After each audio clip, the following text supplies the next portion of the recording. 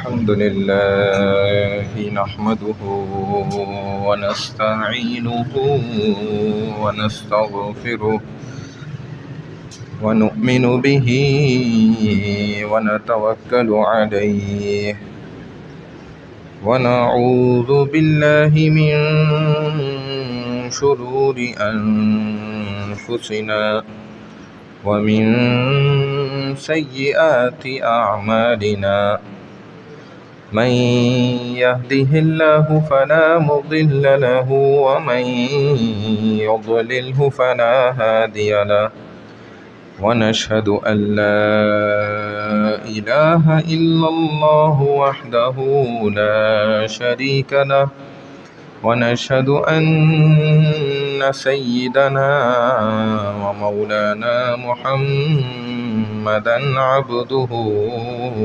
ورسوله قال الله سبحانه وتعالى أعوذ بالله من الشيطان الرجيم بسم الله الرحمن الرحيم قد نرى تقلب وجهك في السماء فلنولينك قبلة ترضى فول وجهك شطر المسجد الحرام صدق الله العظيم۔ سیرت رسول پاک صلی اللہ علیہ وسلم کا سلسلہ نمبر 35 یہاں سے شروع ہو رہا ہے۔ سلسلہ نمبر 34 کا اختتام اس بات پر ہوا تھا کہ ایک شخص جو کہ حکیم بن قیسان تھے اور دوسرے عثمان بن حکیم تھے غالباً، وہ دونوں پکڑے گئے تھے اور ان میں سے ایک جو ہے حکیم بن قیسان تو ایمان لے آئے، اسلام قبول کر لیا۔ جب نبی علیہ السلام نے دونوں کو آزاد کرنے کا حکم فرمایا تو اس وقت، اور عثمان جو تھا یہ چلا گیا کفر کی حالت میں ہی، کہتے ہیں جب یہ مکہ پہنچا اسی حالت میں انتقال ہو گیا، مر گیا۔ اسی اثنا میں جو ہجرت رسول اللہ صلی اللہ علیہ وسلم کی مدینہ کی جانب ہوئی، بڑے بڑے واقعات پیش آئے۔ ان میں سے ایک بڑا واقعہ یہ بھی تھا کہ رسول اللہ صلی اللہ علیہ وسلم کی دل کی تمنا اور چاہت یہ تھی کہ ان کو بیت اللہ کا قبلہ واپس مل جائے، چونکہ نبی کریم صلی اللہ علیہ وسلم کا جو ایک دلی تعلق تھا، روحانی تعلق تھا، باطنی تعلق تھا، وہ ملت ابراہیمی کے ساتھ زیادہ تھا۔ آپ ولد ابراہیم تھے اور حضرت ابراہیم علیہ السلام کی اولاد اسماعیل علیہ السلام کی اولاد سے پھر آپ کا تعلق جڑا ہوا تھا۔ چنانچہ آپ دوسرا یہ تھا کہ بنائے ابراہیمی جو کعبہ کے اندر تھے اور ان کا مولد بھی کعبہ ہی تھا، یعنی کہ آپ کی پیدائش بھی وہیں کی تھی۔ اور ابراہیم علیہ السلام نے جو تعمیرات کی تھیں اس میں بھی رسول اکرم صلی اللہ علیہ وسلم نے حجر اسود نصب کرنے کا جو موقع آیا وہ معمہ بھی نبی علیہ السلام نے حل کرایا۔ تو ہر اعتبار سے آپ کا دل جو تھا نا، روحانی اعتبار سے بھی وہ کعبہ کے ساتھ جڑا ہوا تھا، لیکن اللہ کا حکم تھا بیت المقدس کی طرف رخ کر کے نماز پڑھنے کا۔ تو نبی علیہ السلام نے کبھی زبان سے اظہار تو نہیں کیا، لیکن دل میں یہی تمنا تھی کہ مجھے کعبہ ہی میرا جو ہے نا رخ مجھے مل جائے، میرا قبلہ کیا ہو جائے، کعبہ ہو جائے۔ لہذا جب آپ مکہ میں موجود تھے تو اس وقت بھی آپ اس انداز میں رکن یمانی اور حجر اسود کے درمیان نماز پڑھتے تھے کہ کعبہ بھی سامنے آ جاتا تھا اور بیت المقدس کی طرف بھی رخ ہو جاتا تھا۔ یہ انداز تھا نبی کریم صلی اللہ علیہ وسلم کا مکہ میں نماز پڑھنے۔ لیکن جب آپ کو ہجرت پر مجبور کیا، آپ نے جو ہے مدینہ شریف کی طرف، یثرب اس وقت اس کا نام تھا، ہجرت فرما لی، تو اب نبی علیہ السلام کی دل کی تمنا تو اب اور زیادہ تیزی کے ساتھ بڑھ گئی کہ اب تو رخ بھی بدل گیا نا، اب کعبہ کی جانب رخ بھی نہیں کر پاتے تھے آپ۔ تو آپ کے دل کی بے چینی اور تڑپ کو اللہ بھی دیکھ رہے تھے، بار بار آپ کی نگاہیں آسمان کی طرف اٹھتی تھیں لیکن کچھ کہتے نہیں تھے۔ اللہ تو لیکن دلوں کا حال جانتے ہیں۔ چنانچہ اللہ بار بار آپ کو دیکھ رہے تھے اور تمنا کو جانتے تھے دل کی، چنانچہ اللہ نے پھر حکم فرما دیا، قرآن اتار دیا اور فرمایا کہ قد نرى تقلب وجهك في السماء فلنولينك قبلة ترضى فول وجهك شطر المسجد الحرام، کہ تحقیق کہ ہم نے تو دیکھ لیا آپ کو کہ آپ بار بار آپ کا چہرہ آسمان کی طرف اٹھتا ہے اور آپ کے دل کی تمنا چاہت جو ہے ہم جانتے ہیں کہ آپ کیا چاہتے ہیں، ہم اگر کہہ نہیں پاتے لیکن ہم تو آپ کے رب ہیں، ہم آپ کو دیکھ رہے ہیں آپ کیا چاہتے ہیں۔ چنانچہ اب ہم آپ کو حکم دیتے ہیں کہ آپ اپنے چہرے کو پھیر لیں۔ چنانچہ کہتے ہیں کہ نماز کی حالت میں تھے رسول اللہ صلی اللہ علیہ وسلم، اور وہ پورا واقعہ ہے تفصیلی کہ نماز کی حالت میں آپ نے اپنا قبلہ پھیرا ہے، اور اس مسجد کو آج تک مسجد قبلتین کہتے ہیں۔ وہاں پر دو جانماز لگے ہوئے بھی ہیں، ایک جانماز ایسے سیدھا لگا، ایک بالکل اس کے مخالف ایسے اوپر انہوں نے لگایا ہوا کہ تاکہ نشانی باقی رہے اور لوگوں کو پتہ چلتا رہے دو قبلوں والی مسجد، کہ یہاں سے بالکل ڈائریکشن یوں پھری اور گھوم کر 360 ڈگری وہ ادھر کعبہ کی طرف ہو گئی، بیت المقدس سے گھما دیا۔ 16 سے 17 مہینے بیت المقدس کی جانب پڑھی نماز۔ اللہ نے جب حکم فرما دیا تو یہ قبلہ بدل گیا۔ اب یہودیوں نے بھی بڑی جو ہے نا پروپیگنڈے کیے تھے یہ معاملہ ہو جائے کہ ان کے رب کو اب پتہ چلا ہے نعوذ باللہ کہ اصل قبلہ تو وہ تھا، پھر یہ پہلے کیا تھا۔ جیسے آج کل بھی لوگ ماشاءاللہ، جو ایک صاحب نے بڑی اچھی بات کی تھی نا کہ جب امام مسجد میں ہوتا ہے تو لوگ مفتی بنے ہوئے ہوتے ہیں اس کے پیچھے، جب امام صاحب مسجد میں ہوتے ہیں نا تو سارے پیچھے مقتدی ماشاءاللہ، اکثریت جم غفیر ایسی ہوتی ہے جو کیا بنی ہوئی ہوتی ہے، عالم مفتی بڑے سے بڑے، اور جب امام غائب ہو نا اور نماز پڑھانے والا کوئی نہیں ہو پھر سارے جو ہے نا کہتے ہیں کہ بھائی ہمیں تو کچھ آتا ہی نہیں ہے، ہم تو جاہل انسان ہیں، چھپ جاتے ہیں پلر کے پیچھے جا کے۔ یہ کسی نے بات بولی تھی، میں نہیں کہہ رہا۔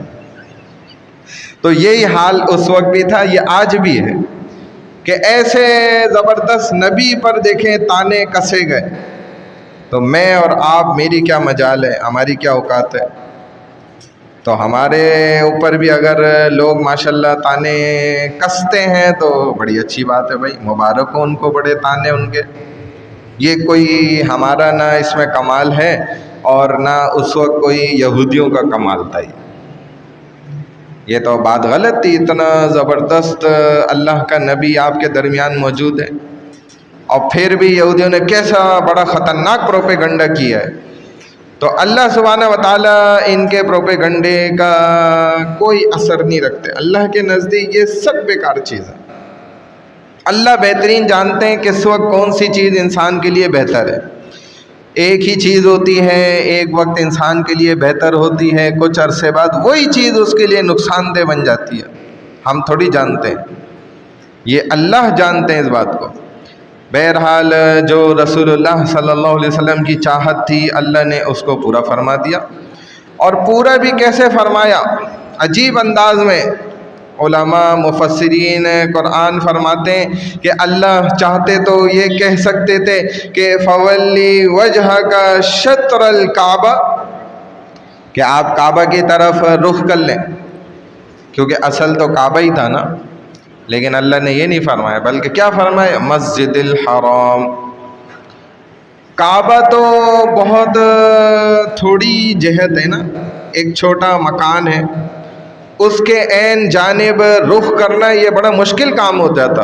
اگر اللہ یہاں پہ کعبہ کا لفظ کہہ دیتے نا، یا بیت اللہ بھی کہہ دیتے، لیکن جو مسجد حرام فرمایا تو یہ اللہ نے ہم پوری دنیا کے انسانوں کے لیے اس قدر دین آسان کر دیا نا، لا اکراہ فی الدین، دین میں کوئی سختی نہیں۔ اللہ جانتے کہ ادھر سختی نہیں ہے اور اللہ ہی جانتے کہ ادھر سختی ہے۔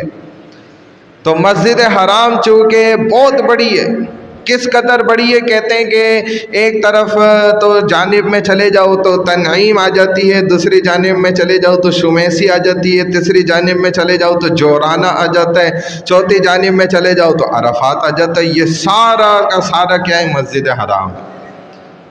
تو اب پوری دنیا سے ہر انسان اس کی طرف رخ بڑی آسانی سے کر سکتا ہے، کیونکہ ورنہ اگر کعبہ یا بیت اللہ اللہ کہہ دیتے تو عین جہد کی طرف رخ کرنا بڑا مشکل کام ہو جاتا۔ اسی لیے کہتے ہیں اگر کعبہ کا رخ یوں ہے، تھوڑا سا اگر کسی نے ٹیڑھا میڑھا بھی پڑھ لی نماز ہو جائے گی، کیونکہ مسجد حرام کی طرف اس کا رخ ہے۔ ہلکا پھلکا اگر ڈائریکشن اس کی ٹیڑھی میڑھی بھی ہو گئی معمولی سی، تو اسی وجہ سے اللہ نے ہمارے لیے آسانی فرما دی۔ یہ پورا شہر گویا کہ اللہ نے کہہ دیا کہ اس پورے شہر کی طرف رخ کر سکتے ہو۔ پھر اس کے بعد جو ایک بڑا واقعہ پیش آیا وہ یہ تھا کہ روزے فرض کر دیے گئے، اور انہی روزوں کے درمیان رمضان کا مہینہ چل رہا ہے، فرض روزے رکھے جا رہے ہیں، اور جہاد بھی اللہ سبحانہ و تعالیٰ نے اسی مدینہ کی ہجرت کے بعد جو ہے نا مدینہ شریف کے اندر ان پہ فرض کر دیا گیا، جہاد کی فرضیت بھی آ گئی۔ اب رسول اکرم صلی اللہ علیہ وسلم کو جہاد کی بھی فکر پڑ گئی، آپ اس فکر میں بھی لگ گئے، اور اب حضور صلی اللہ علیہ وسلم کو پتہ چلا کہ قریش مکہ کا ایک بہت بڑا قافلہ ہے جو ہے نا اب یہاں مدینہ کے اطراف سے گزرنے والا ہے، جانے والا ہے۔ حضور صلی اللہ علیہ وسلم نے صحابہ کو بھیجا، پتہ کرو بھائی واقعی یہ بات سچ ہے، مخبروں سے جو پتہ چلی ہے جا کے معلوم کرو، واقعی اتنا بڑا قافلہ یہاں سے گزر رہے ہیں، یہ بات سچ ہے یا نہیں۔ ادھر حضرت عاتقہ بنت عبد المطلب جو حضرت عباس رضی اللہ تعالیٰ عنہ کی بہن ہیں تو اور عبد المطلب کی بیٹی ہیں، صاحبزادی ہیں، انہوں نے مکہ میں نا خواب دیکھا اسی اسنا میں، انہی دنوں میں۔ وہ خواب کیا دیکھا کہ دیکھتی ہیں کہ بھئی ایک آدمی آتا ہے اور طواف کرتے ہوئے حجر اسود والی جگہ پہ آ کر کھڑا ہو جاتا ہے اور ندا لگاتا ہے، آواز لگاتا ہے بڑی زور سے، یا اہل غدر قوموا الی مسارعکم ثلاثا بعد ثلاث۔ کیا آواز لگاتا ہے کہ اے دھوکے بازو، اے غدارو، او غدارو، تیار ہو جاؤ اپنے مرنے کی جگہ کے لیے، 3 دن بعد جو ہے نا تیار رہو۔ اور یہ سن رہی ہیں۔ پھر وہی جاتا ہے صفا مروہ پہاڑی کی جانب، اور وہاں جا کر یہی آواز دوبارہ زور سے لگاتا ہے، اور جو ہے نا لوگ قطار در قطار اس کے پیچھے آ کر نا اکٹھے ہوتے چلے جا رہے ہیں، جمع ہوتے چلے جا رہے ہیں۔ جبل ابی قبیس جو ہے وہاں پر جا کر بھی ندا لگا رہا ہے، آواز لگا رہا ہے، لوگ جمع ہو رہے ہیں۔ پھر اس کے ہاتھ میں ایک پتھر ہے، وہ پتھر یوں پھینکتا ہے زور سے تو وہ پتھر جو ہے نا ریزہ ریزہ ہو کر اور ہر قریشی کافر کے گھروں میں وہ جو ہے نا داخل ہو رہا ہے پتھر۔ اور آواز کیا لگا رہی ہیں؟ وہ سن رہی ہیں، آواز لگا رہے کہ او غدارو، او جو ہے دھوکے بازو، 3 دن کی مہلت ہے بس اب تمہارے پاس، تمہیں پتہ لگنے والا ہے۔ اب وہ پتھر بھی گرتا ہے اور وہ پہنچ جاتا ہے ان کے گھروں میں۔ اب خواب دیکھا، صبح اٹھی تو ایک دم ڈر گئی، یہ میں نے کیا خواب دیکھ لیا۔ اب ڈر کے مارے کسی کو اپنا خواب بتا بھی نہیں پا رہی، تو سوچ میں پڑ گئی اب کیا کروں۔ تو ذہن میں آیا کہ اپنے بھائی عباس کو تو بتا دو، وہ تو میرا سگا بھائی ہے، وہ میری بات کو سمجھ لے، کیا پتہ وہ اس کا کوئی جواب حل بتا دے، مجھے سلوشن دے دے۔ اب جب اپنے بھائی کو سنایا خواب تو انہوں نے کہا کہ بھائی دیکھو یہ جو آپ نے خواب دیکھا ہے نا کسی کو بھی مت بتانا، یہ بڑا عجیب خواب ہے۔ ان کو منع کر دیا، کہیں یہ نہ ہو کہ یہ خواب واقعی سچ ہو گیا تو بھی مسئلہ بن جائے گا، اور اگر یہ خواب سچا نہ بھی ہوا نا، جھوٹا ہوا، تب بھی ہمارے لیے بڑا مسئلہ بن جائے گا، تو بتانا نہیں ہے کسی کو۔ کہتی ہیں ٹھیک ہے بھائی، لیکن اب یہ سوچ میں پڑ گئے کہ میں کیا کروں۔ تو ان کا بہت اچھا اس وقت دوست تھا، تب تو یہ حالت کفر میں تھے، تو ان کا بڑا قریبی ایک دوست تھا ولید۔ انہوں نے سوچا کہ یہ میرے بھروسے کا بندہ ہے، اس کو بتا دیتا ہوں، شاید کوئی یہ معاملہ جو ہے حل کر دے۔ تو کہتے ہیں ولید کو اس نے خواب بتایا کہ جو ہے نا میری بہن نے یہ خواب دیکھا۔ اب تو ولید نے تو آگے جا کے ساری بات پھیلا دی، ابو جہل کو بتا دیا، عتبہ اور شیبہ اور سب کو جو ہے نا بتاتا چلے۔ اب حیران تو اسی لیے علماء فرماتے ہیں نا بھائی، جو راز کی بات آپ خود نہیں چھپا سکے وہ دوسرا کیا چھپائے گا؟ جبکہ ولید کو منع کیا تھا کسی کو بتانا نہیں۔ جب آپ ایک راز کی بات کو خود نہیں آپ سے برداشت ہو سکی، آپ سے اندر نہیں رکھی گئی، باہر نکال دیا آپ۔ اس لیے فرماتے ہیں کہ بھائی جو واقعی راز کی بات ہو نا تو وہ انسان پھر کسی کو بتائے نہیں۔ جب بتا دے تو پھر یہ بھول جائے کہ اب وہ آگے چھپائے گا، وہ تو لازمی بتائے۔ چنانچہ اس نے جا کے سارا راز اگل دیا۔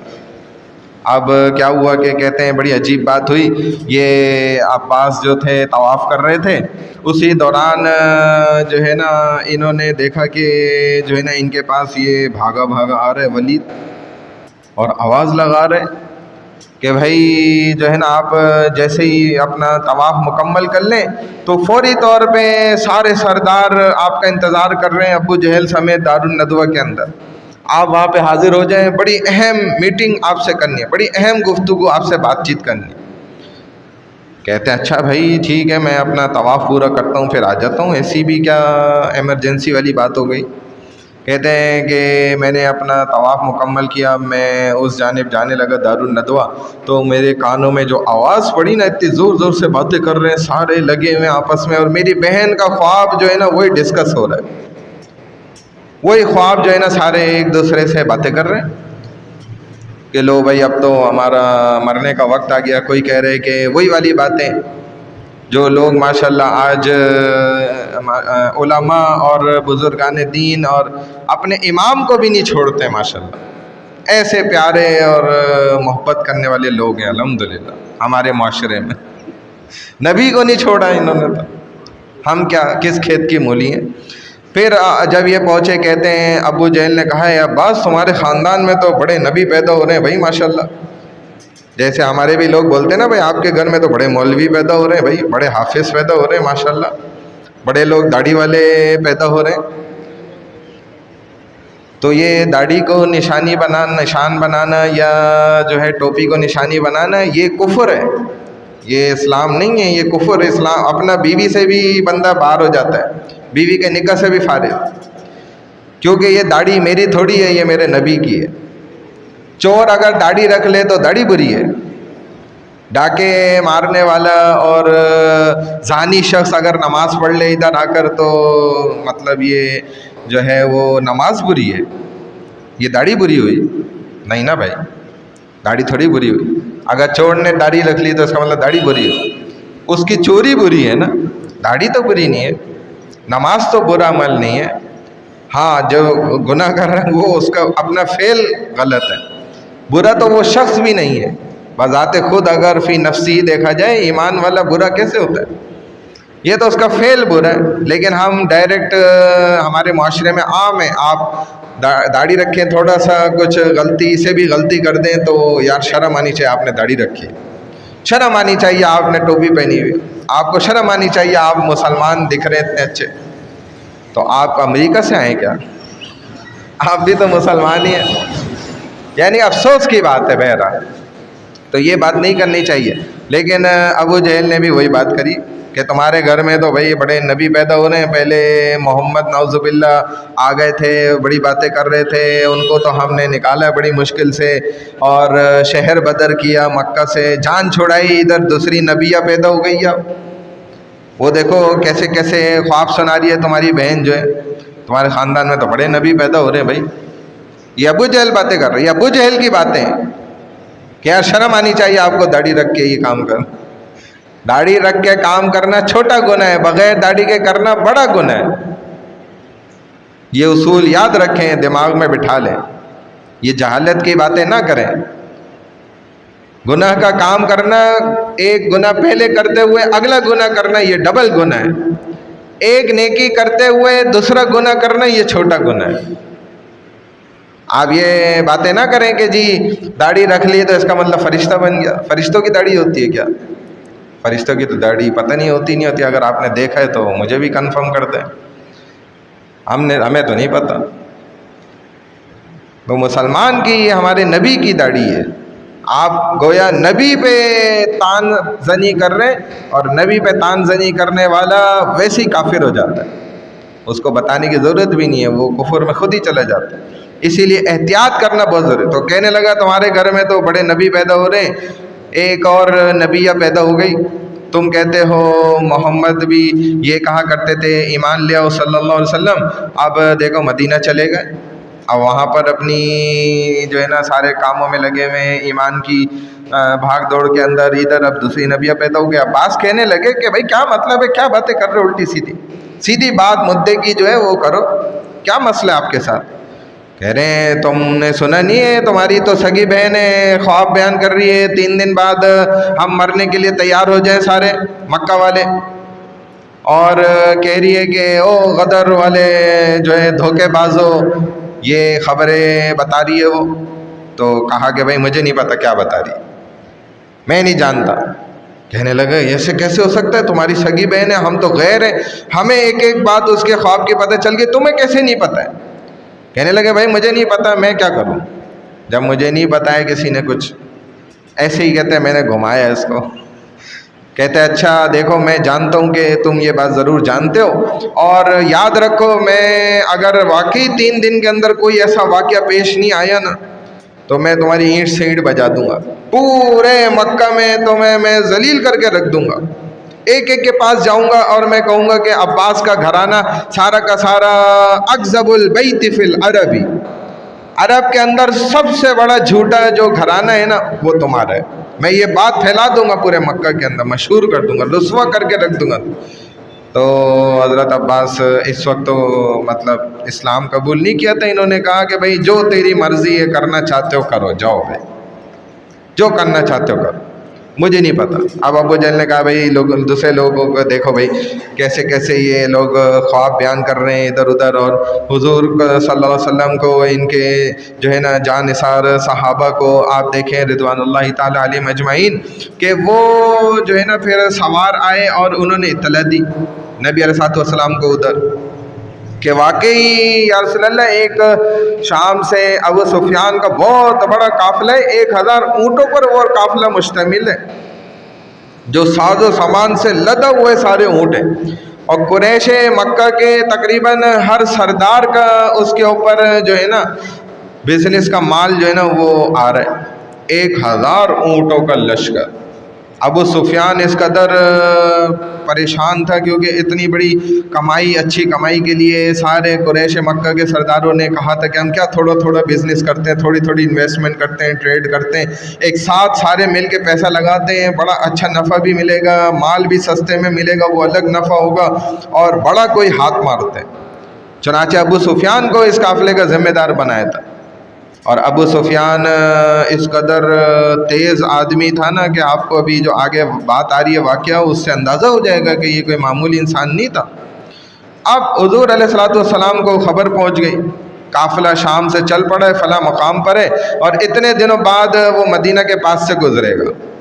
چنانچہ بعض دفعہ ابو سفیان کیا کرتا تھا، اپنے قافلے کو چھوڑ کر 50 میل آگے دوڑا کے نا اپنے اونٹ کو اور پہنچ جاتا تھا، دیکھنے کے لیے کہ بھائی کہیں پہاڑی کے کسی کونے سے، کہیں کسی جو ہے نا جنگل شنگل سے کوئی ہمارے پہ حملہ نہ کر دے، راستہ کلیئر ہے نہیں ہے سارا، کیونکہ یہ ذمہ دار تھا، اس قافلے کا امیر تھا، یہ بڑا تھا۔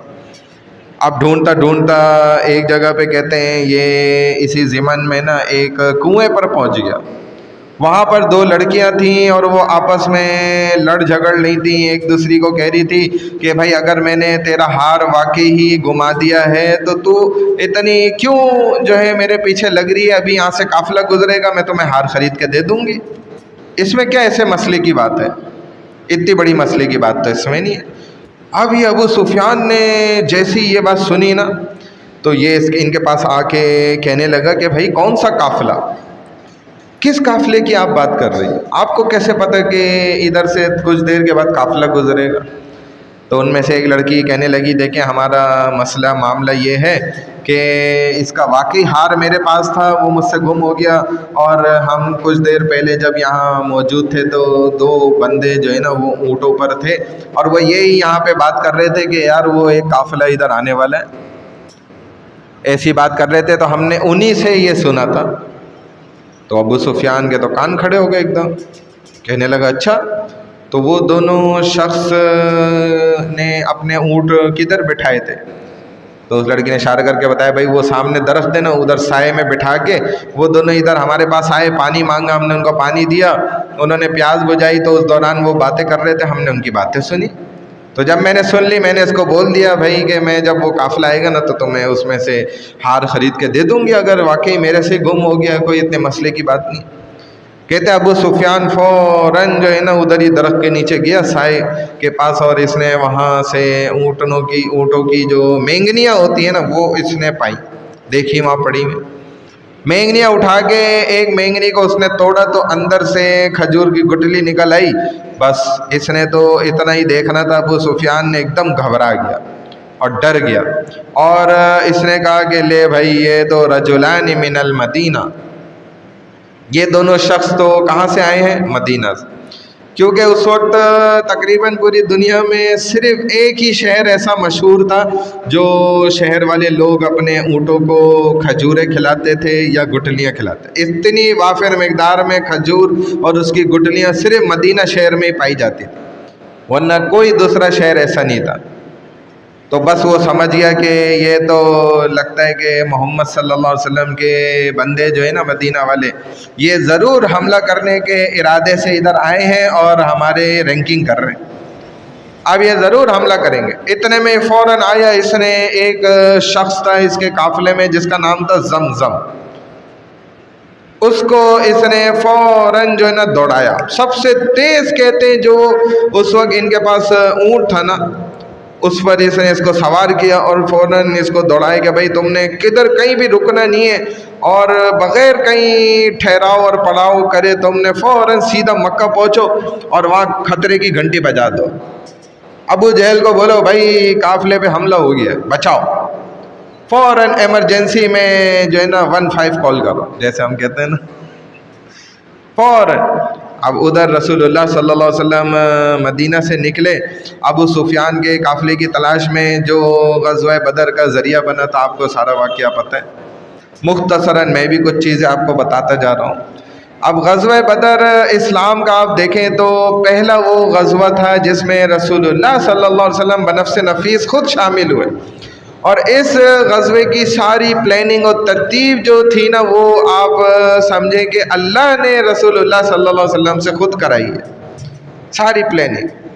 اور اس غزوے کی تو اتنی تفصیلات ہیں، میں ادھر شروع کر دوں تو یقین کریں اسی پر ہمارے جو ہے نا 8-10 مہینے تو اسی پہ نکل جائیں، اس قدر تفصیلات ہیں اس کے اندر۔ مختصراً یہ کہ رسول اللہ صلی اللہ علیہ وسلم نے یہاں پر ہمیں جو لڑائی کرنے کا انداز ہوتا ہے نا وہ بھی سکھایا ہے سارا اس غزوے کے اندر۔ حالانکہ ابھی تو آپ لڑائی کے ارادے سے نہیں نکلے تھے، ابتداءً آپ بدر میں لڑائی کے ارادے سے نہیں نکلے، آپ صرف ابو سفیان کے جو تجارتی قافلہ تھا اس کو روکنے کے لیے صرف نکلے تھے، کیونکہ وہ ٹریڈنگ کرتے تھے اور یہ تجارتی قافلہ لے کر جاتے تھے، اور اسی سے جو نفع اور پروفٹ ہوتا تھا اسی سے مسلمانوں پر حملے کرتے تھے، اسی سے مسلمانوں کو قتل کرتے تھے، شہید کرتے تھے، جیسا کہ آج بھی یہودی اور نصرانی یہ سب مل جاتے ہیں، جو نبی علیہ السلام نے فرمایا الکفر ملت واحد، یہ مل جاتے ہیں، حالانکہ یہ دونوں ایک دوسرے کے دشمن ہیں، جانی دشمن، لاکھوں کی تعداد میں 60 لاکھ نصرانیوں نے یہودی قتل کر دیے تھے، ایسے یہودیوں نے نصرانی قتل کی، یہ ایک دوسرے کو وقالت الیہود لیست النصارى وقالت النصارى لیست الیہود، یہ ان کو کہتے تھے وہ کچھ نہیں ہے، وہ ان کو کہتے تھے یہ کچھ نہیں ہے، ایک دوسرے کے جانی دشمن، لیکن مسلمانوں کے مخالف ایک ہو جاتے ہیں دونوں۔ پوپ نے بھی جو اعلان کر دیا چند سال پہلے، ہم نے یہودیوں کو سب کو معاف کر دیا، بھائی سارے گناہ معاف، اب مل جاؤ اور مل کے مسلمانوں کی بجا دو، اور چل رہا ہے یہ سب۔ تو بہرحال یہ اس زمانے سے چل رہا ہے، رسول اللہ صلی اللہ علیہ وسلم کے وقت سے، اس سے بھی پہلے سے بھائی، اور اب تک یہ چل رہا ہے۔ ہمیں ہی اپنی معیشت، ہمارے مسلمانوں کے ذریعے اپنی معیشت مضبوط کرتے ہیں۔ آج کل جو یوں سمجھ لیں ٹاپ رینکنگ پہ ان کے معاملات چل رہے ہیں نا، وہ یہ سب سے بڑا مال جو کما رہے ہیں نا، یہ آن لائن ٹریڈنگ بزنس اور بٹ کوائنس اور فلاں کوائن اور یہ کوائن وہ کوائن، اس میں مسلمانوں کے نوجوان کیا، بچے کیا، ادھیڑ عمر کے لوگ کیا، جوان کیا، بوڑھے کیا، سب کو اس میں پھنسا دیا، اپنی حلال کمائی کا پیسہ ادھر انویسٹ کرتے ہیں، سارا ضائع کر کے نا ٹھنڈے ہو کے بیٹھ جاتے ہیں۔ حلال کمائی کا حرام میں ضائع کر کے. یہ تو پاکستان کے قانون کے حساب سے بھی ابھی تک کرنسی بھی یہ نہیں ڈکلیئر ہوئی ہے. حلال حرام کی بات تو بات کی ہے شرعی طور پہ، ابھی تو قانوناً ہی یہ کرنسی نہیں مانی جا رہی، انلیگل ہے. اس میں اپنا پیسہ پھنسا کے اور چند دنوں میں آسمان تک پہنچنے کی جو ہے نا سوچ نوجوانوں کو دکھائے، ایسے ہی جاتا ہے کہ آپ کے پاس تو اپنا پلین ایسا ہوگا، جہاز ہوگا، اور آپ کے پاس گاڑیاں ایسی وی آئی پی ہوں گی، اور آپ کے گھر ایسے لینڈ لارڈ آپ بن جائیں گے، بلینئر بن جائیں گے. بھائی ہم تو بلینئر بنیں گے جنت میں، ہمیں ادھر بننا بھی نہیں ہے. تو ٹریڈنگ حرام کے اندر، ڈراپ شپنگ حرام طریقے سے کرنا، حلال طریقہ کیوں نہیں سیکھتے ہو؟ کیوں اپنے پیٹ میں حرام ڈال؟ اللہ بچائے. بہرحال تو رسول اللہ صلی اللہ علیہ وسلم نے 5 فیدر آف بیٹل کی جو پلاننگ ہے وہ بھی نبی علیہ السلام نے پھر یہ غزوہ بدر کے اندر سکھلائی ہے مسلمانوں کو باقاعدہ. یہ تو پورے چیپٹر ہیں، ایک سے ایک چیپٹر ادھر کھلتا چلا جاتا ہے. اور اس غزوے کی ترتیب اللہ نے دلوائی، یعنی کہ یوں سمجھ لیں بغیر اسباب کے، یعنی ما فوق الاسباب، اور دوسرا ہوتا ہے ما تحت الاسباب. ما فوق الاسباب اور ما تحت الاسباب، یہ بعض چیزیں اسباب کے ذریعے ہوتی ہیں اور بعض بغیر اسباب کے ہوتی ہیں. یہ اللہ کی مرضی ہوتی ہے، جس کی وجہ سے بہت سے لوگ چونکہ اس فرق کو نہیں سمجھ پاتے چنانچہ وہ گمراہ ہو جاتے ہیں. بہت سے لوگوں کو یہ دو باتیں سمجھ نہیں آتی. کیا ہے؟ ایک ہوتا ہے ما فوق الاسباب اور دوسرا ہوتا ہے ما تحت الاسباب، جو بغیر کسی ذریعے کے اللہ بعض دفعہ کر کے دکھا دیتے ہیں. بعض دفعہ کوئی ذریعہ سامنے ہوتا ہے، اس کی ساتھ اللہ کر کے دکھاتے ہیں. فلاں پیر نے کوئی کرامت دکھا دی، اب اس کو خدا مان لیا. اس پیر کو ہی سجدے کر رہے ہیں، پیروں میں پڑے ہیں، اس کو ہی اپنا جو ہے نا اللہ گردان لیا. تو یہ غلط ہے. تو اللہ کے سوا کسی دوسرے کو مختار سمجھنا، یہ تو انسان اپنے عقیدے سے ہی پھر گیا. تو پہلا غزوہ جو ہے نا جس کی ساری پلاننگ اللہ نے کی ہے، اور سب سے پہلا غزوہ ہے جس میں آپ سمجھ لیں کہ فرشتے بھی اللہ کے حکم سے شامل ہوئے ہیں. اور اس لڑائی میں تو اب ابو سفیان کا قافلہ چونکہ بڑا قیمتی تھا، 1000 اونٹوں پر اس میں تمام کافروں کے جو ہے نا مال انویسٹ ہوئے ہوئے تھے، لگے ہوئے تھے، سارا مال لگا ہوا تھا. گویا یہ بڑا بزنس تھا. 1000 اونٹوں پر مشتمل لدا ہوا. جب حضور علیہ السلام کو خبر ملی مال لدا ہوا ہے اور یہ قافلہ گزر رہا ہے، حضور علیہ السلام نے اس قافلے کو روکنا چاہا، اور یہ عمل جائز بھی تھا. بعض لوگ کیا کہتے ہیں، اعدائے اسلام جو اسلام کے دشمن لوگ ہیں، وہ کیا کہتے ہیں کہ بھائی دیکھو یہودی کافر ہندوؤں نے اب یہ بات کری ہے کہ دیکھو مسلمان تو لٹیرے لوگ ہیں، یہ تو قافلے ہی لوٹنے آتے ہیں. ان کی کتابوں میں آپ خود پڑھ لیں، قرآن ان کی سب سے اعلیٰ کتاب ہے، اسی میں واضح لکھا ہوا ہے کہ یہ تو قزاق لوگ ہیں، قزاق لٹیرے، بحری قزاق، بری قزاق، فضائی قزاق، ہر جگہ سے ان کو لوٹنا آتا ہے. بس لٹیرے قسم کے لوگ ہیں یہ مسلمان. ان کے نبی بھی دیکھو نعوذ باللہ لوٹ مار کے چکر میں پڑے رہتے ہیں. اور وحشی قسم کے لوگ ہیں، ڈاکو ہیں یہ مسلمان سارے. لوگ کے مال لوٹتے ہیں، 4 بیویاں گھر میں رکھتے ہیں، 100 لونڈیاں رکھتے ہیں، عیاشیاں کرتے ہیں، اور دیکھو گوشت کھاتے ہیں. نہیں بات سمجھ آئے، گوشت بھی کھاتے ہیں اور یہ سارے کام کر رہے ہیں. تبھی تو دیکھو پوری دنیا میں مسلمان کیا ہیں، دہشت گرد. اور اگر داڑھی رکھ لے تو اور بڑا دہشت گرد ہے، پھر تو خطرناک دہشت گرد. اور اگر اس کا چہرہ چمک رہے نا، نور اس پہ ٹپک رہے، تو یہ اور بڑا دہشت گرد ہے. یہ تو جتنی صفات بڑھتی جائیں گی اتنا بڑا دہشت گرد اور دنیا کے لیے خطرناک ترین بنتا چلا جائے گا. پتہ نہیں یہ کون سی منطق ہے جو ان لوگوں نے استعمال کری ہے کہ اگر دنیا میں ایک ملک بغیر اجازت کے کسی دوسرے ملک پر ایٹم بم گرا دے، بڑے بڑے میزائل مار دے، ان کے بچے شہید کر دے، ان کی عورتیں مار دے، ان کے بوڑھے لوگ ان کے ہسپتال اڑا دے، صفحہ ہستی سے ہی اڑا دے.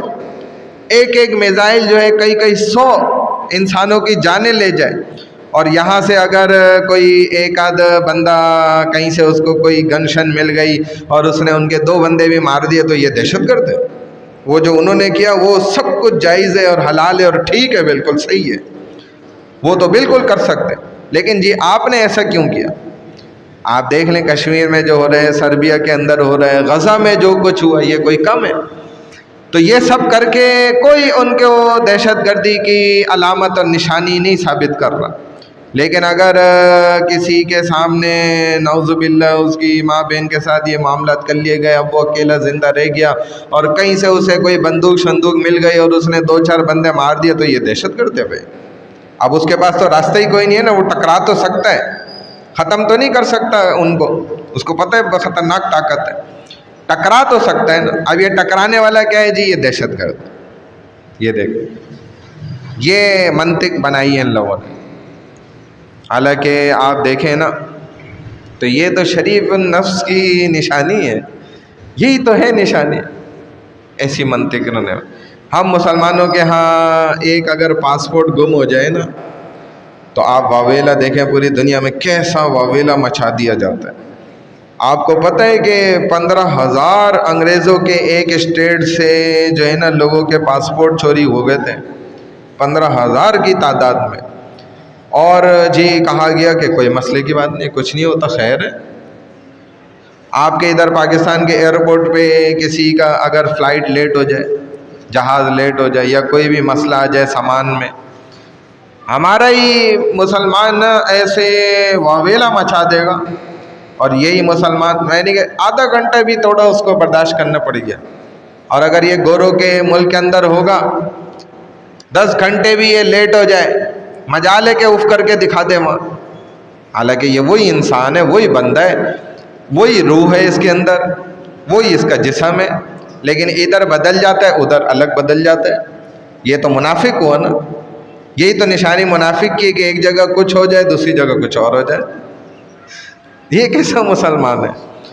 تو بولتے ہیں بھائی جو گھروں سے صحابہ نکالے گئے، ان کے اموال بچے جو چھینے گئے جب یہ مکہ کے اندر تھے، جو تعذیبیں صحابہ کو دی گئیں، جس کو قرآن نے بھی چیخ کر بیان کیا کہ اخرجوا من دیارہم و اموالہم، کہ جن کو مجبور کیا گیا گھروں سے ہجرت کرنے پر، نکلنے پر، کبھی مسلمان حبشہ بھاگ رہے ہیں، کبھی مدینہ بھاگ رہے ہیں، کبھی کسی اور طرف نکل کے بھاگ رہے ہیں اپنی جان بچا کر، ایسی آپ نے تعذیبیں دی، ایسا انہیں جو ہے آپ نے تنگ کیا، انگاروں پر لٹایا، ان کے اوپر سینوں پہ چٹانیں رکھ دی، تو اس وقت تمہیں یاد نہیں آ رہا تھا کہ یہ مسلمانوں کے ساتھ کیا ہو رہا ہے؟ ابھی تمہیں یہ بڑا یاد آ رہا ہے کہ جی منصف نہیں ہے اور قافلہ لوٹ رہے ہیں اور لٹیرے ہیں اور فلانا ہے ڈھمکانا ہے۔ بلکہ میں آپ کو یہ آخری بات کر دیتا ہوں، ایک شرعی مسئلہ بتا دیتا ہوں جو فقہا نے لکھا ہے، اور آج تک یہ مسئلہ اسی طرح ہی ہے کہ اگر ایک شخص ہے کسی ادارے میں کام کرتا ہے نا، اور اس کے ساتھ ناجائز کیا جاتا ہے، اس کا جو حق ہے مال وہ بھی اس کو نہیں دیا جاتا، ناجائز طریقے سے جو ہے نا قبض کر لیا جاتا ہے یا اسے ادا نہیں کیا جاتا، فقہا فرماتے ہیں، علماء نے یہ شرعی مسئلہ لکھا ہے کہ اگر وہ شخص 2 نمبر طریقے سے بھی اپنا مال وہ ادھر اس کمپنی سے نکال لے، اس کے لیے جائز ہے۔ بات سمجھ آ رہی ہے؟ تو انہوں نے تو جو کچھ مسلمانوں کے ساتھ کیا تھا، نبی علیہ الصلوۃ والسلام تو اپنے بچاؤ کے واسطے ہی تو صرف اس قافلے کو روک رہے تھے، یہ کیوں کر جائز نہیں ہوگا؟ اور اللہ کا نبی کیا نعوذ باللہ کوئی ناجائز اور حرام کام کرے گا؟ یہ آپ نے سوچ بھی کیسے لیا؟ تو یہ اعتراضات ان غیر مسلموں کے بالکل کیا ہیں؟ غلط ہے۔ اللہ ہمیں عمل کی توفیق عطا فرمائے۔ سبحان اللہ و بحمدہ، سبحانک اللہم و بحمدک، نشہد ان لا الہ الا انت، نستغفرک و نتوب الیک، برحمتک یا ارحم الراحمین۔